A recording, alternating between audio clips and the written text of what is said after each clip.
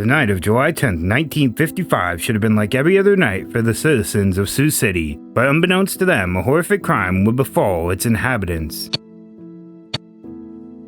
It was a hot day on Sunday, July 10, 1955, with temperatures in the 90s and dropping to the 80s during the evening. And to cool off, Mary Davis gave 21-month-old Donna Sue a bath at about 9:30, and after the bath, dressed her in pink pajamas and tucked her into her crib for bed. Donna's crib sat against the wall at the foot of her parents' bed next to a cedar chest under a window which was open due to the heat. Meanwhile, in the kitchen of 715 Isabella Street, Mary is reading the Sioux City Journal and her husband, Don, is watching TV in the living room, and Donna Sue's siblings are asleep. 9:35 p.m. On the corner just south of the Davises, something catches George Berger's eye. A man has just crossed through a hedge near the front of the Davises' house and is heading south alongside it. Berger strains to see what the man is doing but can't see very well in the darkness. A few minutes later, he sees the man retrace his steps towards the street heading north. The man, however, now walks with a hunch as if carrying something. Mr. and Mrs. Fieldos, who live around the corner 2 houses away at 1310 West 14th Street, hear their dog Rex barking at the back door. Mrs. Fieldos goes to let Rex inside and turns on the backyard light. She sees a man who appears to be carrying some type of bundle stalking along the alleyway. She immediately calls for her husband, who grabs a flashlight and shines it towards the man, now crouching and hiding behind a bush. Mr. Fieldos suspects the stranger might be carrying meat to poison Rex or the other dogs in the neighborhood. He hands his wife the flashlight with instructions to keep it shining on the stranger while he calls police. 9:37 p.m. Before police can arrive, the man flees north through the alley and Mr. Fieldos gives chase. He chases the man across West 14th and into the next alley, which leads north towards West 15th Street. The man is described as about 31 years old with a slight build and wearing a white t-shirt and khakis. The man suddenly ducks between 2 bushes in the backyard of 1417 Isabella Street. 1 block away from the Davis' home, Mr. Fieldos slowly approaches, but by the time he reaches the bushes, the man has vanished.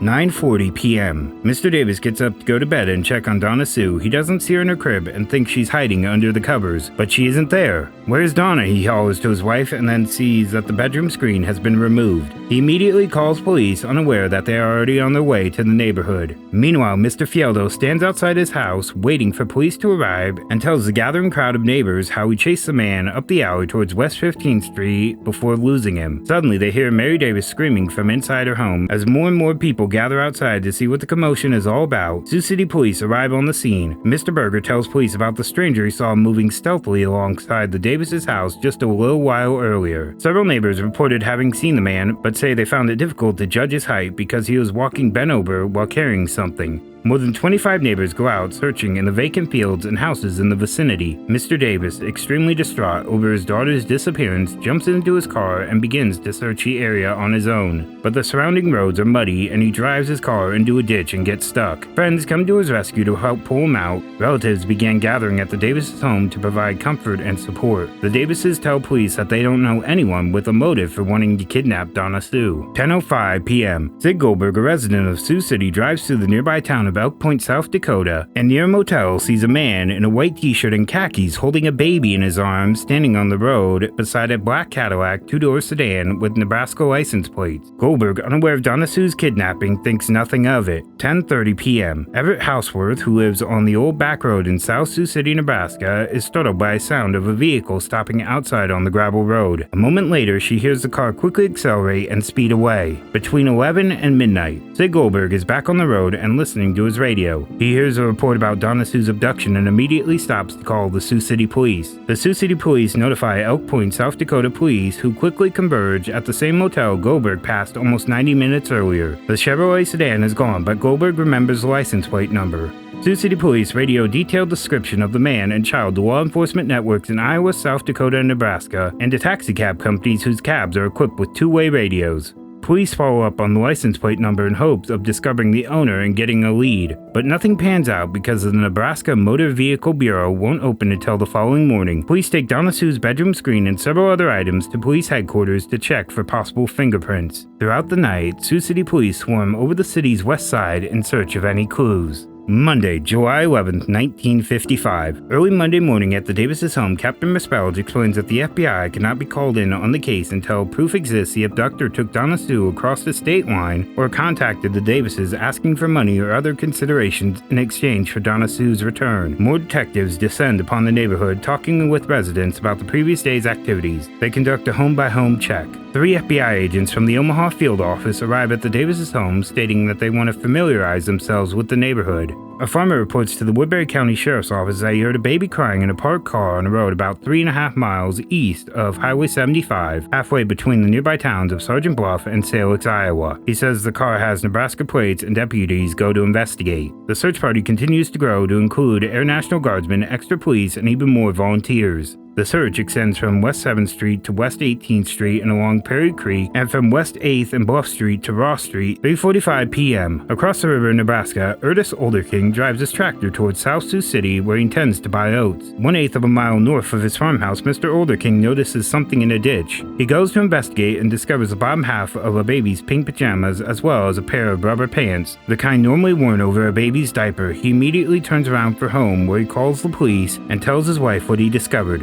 Mrs. Olderking leaves right away for town to pick up her daughters from Girl Scout camp. On the way home, based on what she later calls woman's intuition, she stops at the home of her sister-in-law. The women set out in 2 cars with 7 children in tow to search for Donna Sue driving south on the old back road. 4:15 p.m. The 2 vehicles pass the Olderking's farm and continue down the old back road that leads from South Sioux City to Dakota City. A half-mile past the Olderking's farm, screams suddenly break out as they find Donna Sue's body, laying 15 feet west of the old back road and in the first row of a 40-acre cornfield. Her pink pajama top is wound around her neck. She looked as though she could be sleeping if not for the blood, bruises, and markings around her eyes. Mrs. Olderking takes the kids home with her to call police while her sister-in-law stays with Donna Sue's body. 4:45 p.m. South Sioux City and Sioux City police investigate the cornfield area where Donna Sue was found. Broken corn stalks indicate her body was likely thrown from a car. Later that day, Dr. Corian and Dr. Starry perform the autopsy. They conclude Donna has been dead between 10 to 12 hours. The child's battered body had been raped, sodomized, and her left jaw broken. Numerous bruises populate her body along with cigarette burns on her butt. The coroner lists the cause of death as massive brain hemorrhage resulting from a severe blow to the head. After the autopsy, Donna Sue is transported to the Manning O'Toole's funeral home. Tuesday, July 12, 1955, approximately 10:05 a.m. State police in Pierce, South Dakota receive a report that a truck driver saw a man hitchhiking on the highway matching the description of the killer a little after 10 a.m. on U.S. Highway 12 east and south of Shelby, South Dakota. Noon. Woolworth County Sheriff Theodore Dilbert says a thorough search in all directions from Shelby failed to uncover any trace of a hitchhiker or a man matching the killer's description. Police Identification Bureau experts check a collection of fingerprints found on the cedar chest under the window in the room where Donna Sue was kidnapped. Officials checked the prints against Donna Sue's family members and nearby relatives, but none of the prints matched. Afternoon. Federal officers file a John Doe warrant for the killer, giving officers throughout the country the authorization to arrest and hold anyone suspected of the murder. 6 FBI agents under the direction of Special Agent in Charge Joseph Thornton of Omaha FBI Field Office take over the search for the killer under terms of the Lindbergh Act, in which the suspect, when caught, will be tried in federal district court in Sioux City and be eligible for the death penalty. Wednesday, July 13, 1955, 9 a.m. Donna Sue's funeral is held at Sioux City St. Boniface Catholic Church.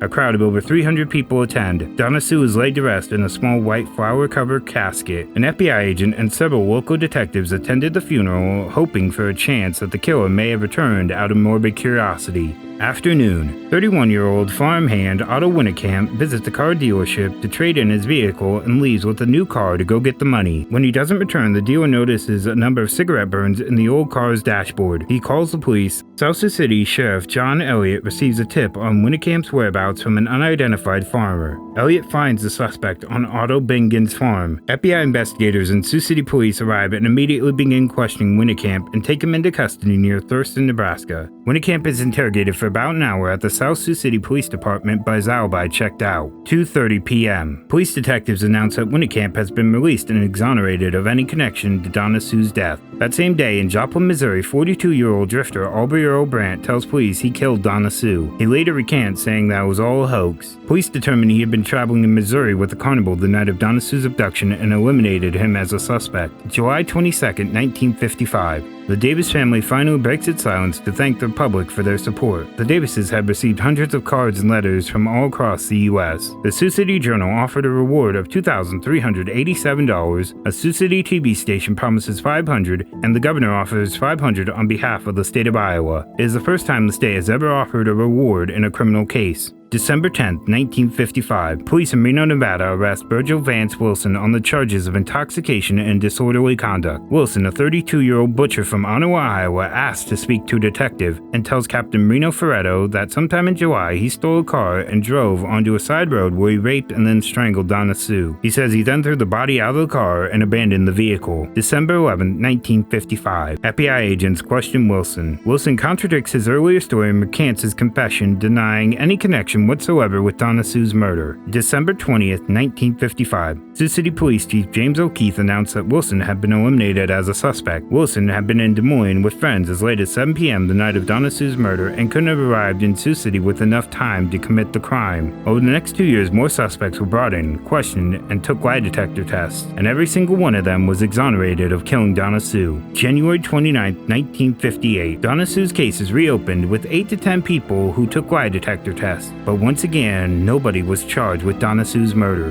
No one would ever be charged for the sadistic murder of Donna Sue. Almost 70 years have passed since that night that changed not just one family or neighborhood, but the entirety of Sioux City. And sadly, this is where the book closes on the Donna Sue case.